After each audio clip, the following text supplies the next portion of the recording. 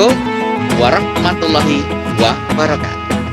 Bertemu kembali dengan Kak Aris, pahlawan bertopeng. Selamat berjumpa kembali siswa-siswi SD Muhammadiyah Condong Catur, Sleman, Yogyakarta.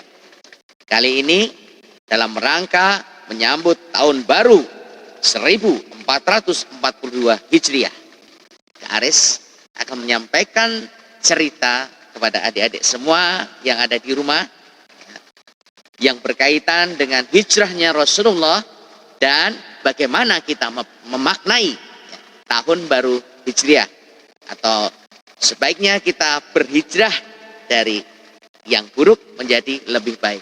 Siapa yang tahun ini lebih baik daripada tahun kemarin, itu termasuk orang yang beruntung.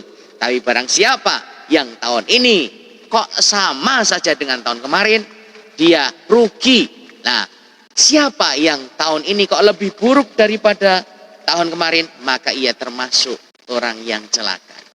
Memilih mana? Tentu pilih yang beruntung. Maka dari itu, dengarkan ceritanya.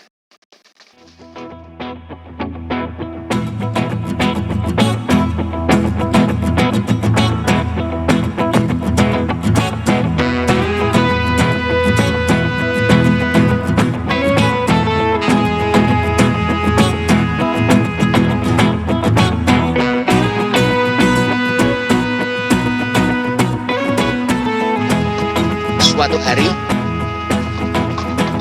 Rasulullah SAW dan para pengikutnya yang jumlahnya sudah semakin banyak, semakin mendapat tekanan ya dari orang-orang kafir Quraisy.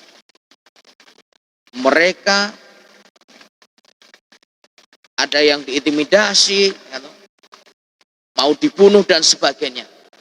Akhirnya Rasulullah SAW kemudian memerintahkan kepada para sahabatnya untuk berhijrah ke Yasrib, ya, atau sekarang disebut dengan Madinah. Rasulullah sendiri pada waktu itu masih tinggal di sana karena beliau belum mendapatkan wahyu untuk berhijrah. Ditemani oleh sahabat yang setia, yaitu Abu Bakar As-Siddiq dan Ali bin Abi Thalib, ya, itu keponakan beliau. Beliau berusaha bertahan ya, sampai mendapatkan perintah itu. Suatu hari datanglah perintah. Tapi pada waktu itu orang-orang kafir Quraisy ya, mencurigai bahwa ya, Rasulullah ya, akan juga meninggalkan Mekah. Maka didatangilah kediaman Rasul. Pada waktu itu Ali bin Abi Thalib, keponakan beliau, mempunyai ide. Beliau memakai jubah Rasulullah, ya, kemudian tidur di tempat tidur atau ranjang Rasulullah. Pada waktu itu, orang-orang kafir Quraisy mengira bahwa itu adalah Rasulullah Sallallahu Alaihi Wasallam. Ternyata Rasulullah SAW dan Abu Bakar As-Siddiq pada waktu itu sudah meninggalkan tempat itu. Orang-orang Quraisy sangat marah. Kejar Rasulullah, jangan sampai. Kejar Muhammad, ya, menyebutnya mereka tidak harus tapi Muhammad, ya. Kejar Muhammad, jangan sampai ia lolos. Kafir Quraisy, ya, terutama para pemuda yang sangat bersemangat itu mengejar Rasulullah. Pada waktu itu, dalam pengejaran itu Rasulullah melihat sebuah gua. Beliau bersama dengan Abu Bakar As-Siddiq masuk ke dalam gua itu. Orang-orang Quraisy pada waktu itu juga melihat ada sebuah gua. Mereka curiga tadinya. Ayo periksa gua itu. Namun Allah perintahkan laba-laba untuk menutup gua itu dengan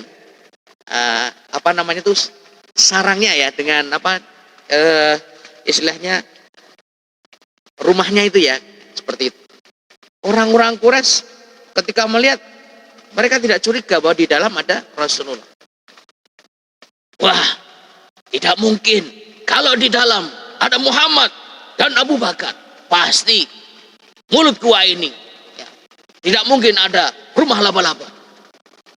Ayo kita tinggalkan tempat ini. Allah Subhanahu wa taala menolong Rasulullah SAW. Akhirnya beliau pun setelah melakukan perjalanan yang sangat panjang dan melelahkan, tibalah beliau di Yasrib atau di Madinah. Nah, itu kejadian hijrah Rasulullah terjadi pada tahun 622 Masehi. Jadi adik-adik, itulah kisah yang luar biasa hijrahnya Rasulullah Shallallahu Alaihi Wasallam. Nah, adik-adik di rumah, lalu apa yang bisa kita ambil dari kata hijriyah atau kita bisa menyebutnya hijrah? Ya, hijrah itu bisa dikatakan pindah dari satu tempat ke tempat lain atau pindah dari yang buruk menjadi baik. Adik-adik, ini ada sebuah cerita. Sengaja saya sampaikan untuk apa? Biar kita menjadi pribadi yang lebih baik. Cerita ini Kak Aris dapatkan waktu Kak Aris kelas 4 SD. Ya, kelas 4 SD Kak Aris dapat cerita ini tentang seorang kiai yang masuk neraka. Mungkin adik-adik akan penasaran, loh, kiai kok bisa masuk neraka? Jadi ceritanya pada waktu itu ada seorang kiai yang tiap hari dia diminta oleh tetangga-tetangganya untuk memimpin acara di kampung. Suatu hari ketika beliau menikmati hidangan, ternyata di gigi beliau itu ada semacam, kalau bahasa Jawanya itu seliliten. Bahasa Indonesianya apa? Nanti dicari sendiri ya. Ada sesuatu yang nempel di gigi. Itu soalnya belum ketemu adik-adik bahasa Indonesianya. Kalau nanti ada yang pintar, wah, mungkin bisa minta doorpress dari Bapak Ibu gurunya ya. Baik. Jadi pada waktu itu beliau merasa tidak nyaman lewat di rumah tetangganya. Tanpa pikir panjang, beliau mengambil lidi dari sapu lidi itu beliau ambil, kemudian beliau pakai untuk membersihkan giginya. Beliau pun pulang. Ternyata pada waktu itu di rumah sudah ada malaikat pencabutnya. Beliau pun akhirnya dicabut nyawanya, kemudian istilahnya sampailah di akhirat. Pada waktu itu apa yang terjadi? Ternyata ada sesuatu yang membuat beliau itu kaget. Karena apa? Ketika melintasi sirat, beliau pikir akan lancar. Karena ketika beliau melewati alam-alam yang lainnya seperti di mahsyar dan sebagainya, beliau lancar. Tetapi ketika di sirat itu beliau dicegat oleh malaikat. Berhenti. Maaf malaikat, kenapa saya diberhentikan? Maaf Pak Kiai, kamu punya dosa yang belum diampuni. Dosa apa? Kamu pernah mengambil lidi milik tetangga. Lidi? Ternyata Pak Kiai tadi kaget. Lidi? Masa saya mencuri lidi malaikat? Baik, mungkin kamu lupa. Kita akan lihat CCTV kehidupan. Lihat. Pada waktu itu teman-teman, Pak Kiai diperlihatkan gambaran dia di dunia ketika itu sedang mengambil lidi milik tetangga. Oh iya, tapi kan itu cuma lidi malaikat. Kau tahu dalam Al-Quran ada sebuah surat yang sangat jelas, surat Al-Zalzalah 2 ayat terakhir.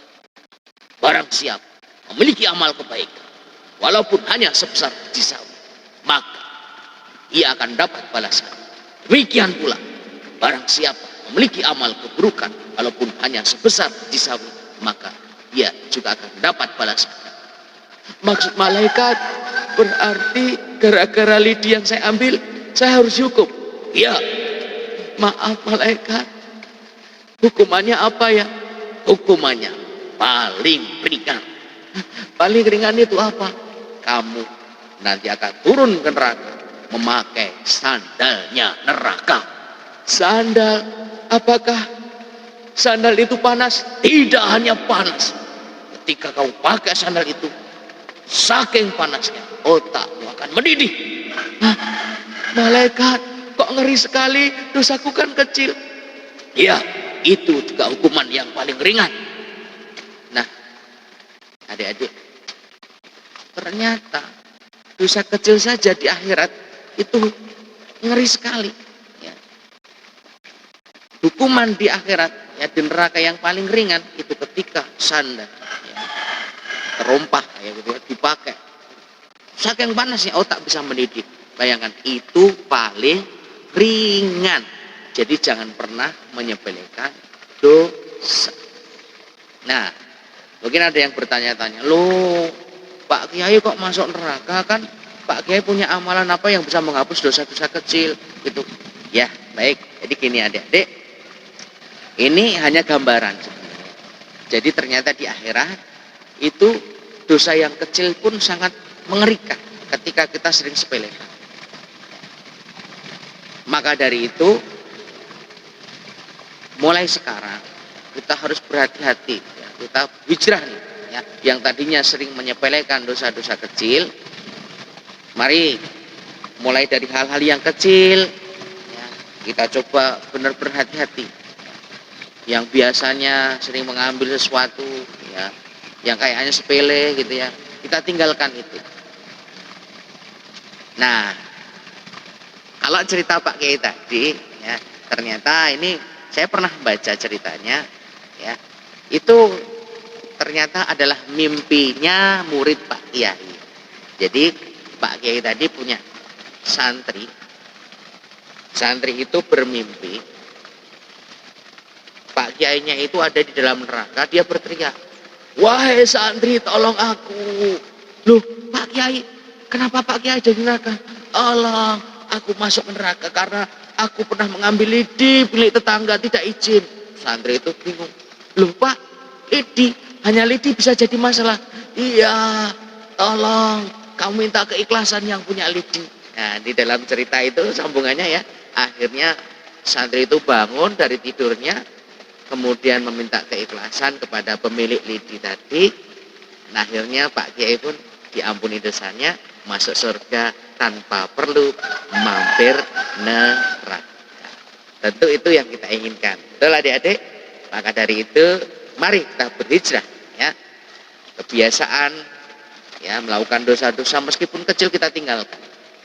Contohnya apa kalau di rumah dosa kecil? Ya. Coba siapa di rumah yang dengan orang tuanya itu ya, kalau diperintah ditunda-tunda, nanti saja baru asik. Nah, itu sebenarnya perbuatan dosa. Tolong ketika orang tuanya merintah ya, minta kita untuk misalkan, Dek, ayo belajar dulu, jangan ditunda-tunda, jangan nanti masih nganu dan sebagainya. Siap adik-adik? Baik, cukup sekian cerita dari Kak Aris. Mudah-mudahan bisa menjadikan kita lebih baik daripada tahun yang kemarin. Tahun 1442 Hijriah ini kita harus lebih baik. Assalamualaikum warahmatullahi wabarakatuh.